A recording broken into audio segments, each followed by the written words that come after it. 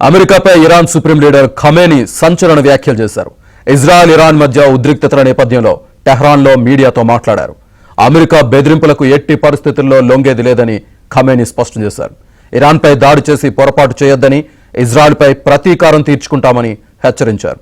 ఇరాన్పై America సైనిక జోక్యం చేసుకుంటే ఇరాన్ వదిలిపెట్టదనే విషయాన్ని తెలుసుకోవాలంటూ ఖమేనీ హితవు పలికారు. ట్రంప్ సరెండర్ కావాలంటూ ఎక్స్ వేదికగా ఇరాన్కు వార్నింగ్ ఇచ్చిన నేపథ్యంలో ఖమేనీ చేసిన వ్యాఖ్యలు కీలకంగా మారాయి.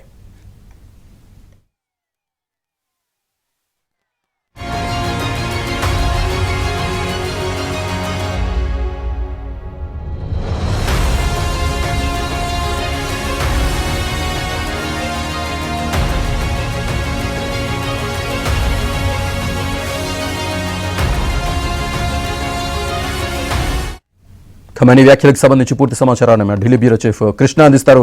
కృష్ణ.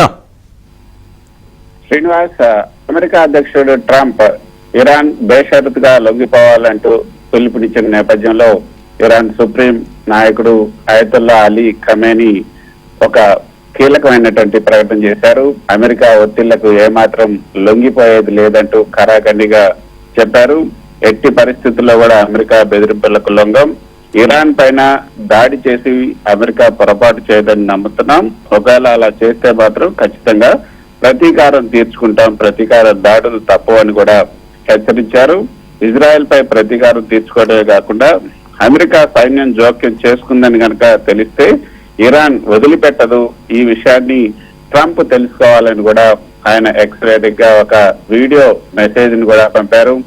ఏదైతే యుద్ధం ప్రారంభమవుతుందని కూడా ఆయన ప్రకటించారు. ప్రాంతీయ ఉద్రిక్తతల తీవ్రతరం అవుతున్న నేపథ్యంలో ఈ యొక్క ఇజ్రాయెల్ యొక్క ఉగ్రవాద జియోనిస్ట్ పాలనకు కఠినమైనటువంటి హెచ్చరిక జారీ చేశారు. కొన్ని గంటల క్రితమే ఏదైతే అమెరికా అధ్యక్షుడు ట్రంప్ బేషరతుగా లొంగిపోవాలంటూ చెప్పిన తర్వాత ఖమేనీ ఈ పోస్ట్ చేయటం కొంత ప్రాధాన్యతను సంతరించుకుంది. ఖమేనీ ఎక్స్ లో ఉగ్రవాద జియోనిస్ట్ పాలనకు మనం బలమైనటువంటి ప్రతిస్పందన ఇవ్వాలి, జియోనిస్టులపై మనం కనికరం చూపబోము, ఎటువంటి దయ కూడా చూపేది లేదు అంటూ కూడా పోస్ట్ చేశారు. అయితే అమెరికాకు మాత్రం ఈ సందర్భంగా ఒక స్ట్రాంగ్ మెసేజ్ కూడా ఆయన ఇచ్చారని చెప్పొచ్చు.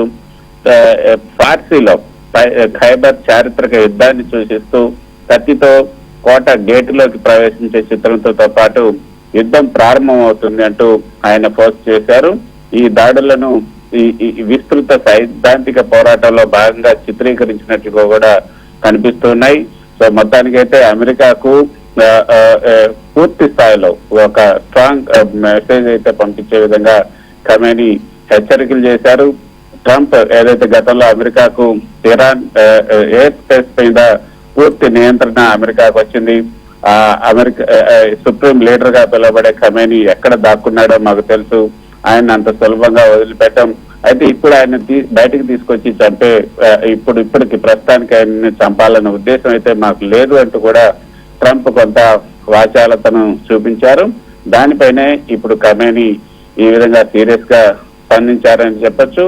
మరోపక్క శ్రీనివాస్, ఏదైతే ఒకవేళ అమెరికా గనక ఈ యొక్క ఇజ్రాయెల్ కి మద్దతు ఇస్తుంది అన్న విషయం కనుక తెలిస్తే, ఇజ్రాయెల్ దాడుల్లో అమెరికా ప్రమేయం కూడా ఉన్నట్లు తేలితే అమెరికాకు ప్రతిస్పందిస్తాం, అమెరికా పైన ప్రతి చర్యలు ఉంటాయని కూడా ఈ యొక్క జెనీవాలోని ఐక్యరాజ్య సమితిలో ఇస్లామిక్ రిపబ్లిక్ ఆఫ్ ఇరాన్ రాయబారి అలీ బహ్రైనీ కూడా స్పష్టం చేశారు.